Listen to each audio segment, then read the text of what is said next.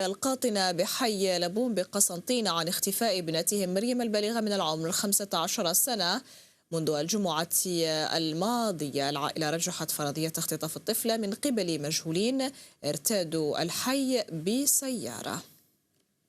نحن الآن نتواجد بمنطقة لبون بقسنطينة، وبالضبط عند عائلة يحيوي التي تعيش حالة فزع وهلع إثر غياب أو اختطاف ابنتهم مريم البالغة من العمر 15 عاما وغيابها عن المنزل منذ 5 أيام كاملة.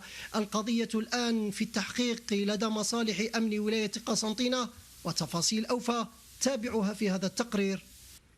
في يوم الجمعة الماضي مساء كانت الطفلة مريم يحيوي ذات 15 عاما قد اختفت عن الأنظار من مسكنها الكائن بحيسقية سيدي يوسف بقسنطينة.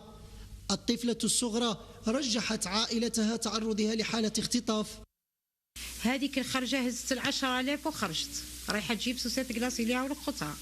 هذه هي من هذيك ما بان عليها والو. جرينا لصحاباتها، جرينا للبنات اللي قراو معاها، جرينا هكا ما عندها لا تليفون لا فيسبوك لا حتى حاجه. حتى كي خرجت في البيجامه تاع الدار.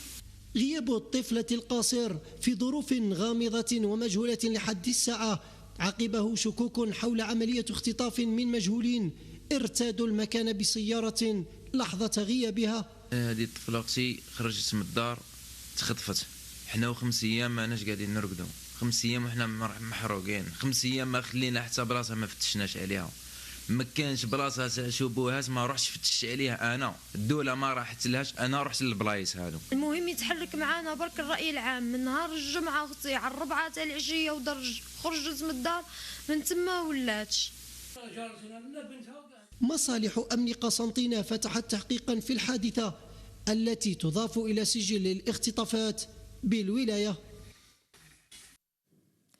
إلى ولاية عين تيموشنت حيث لا يزال الشباب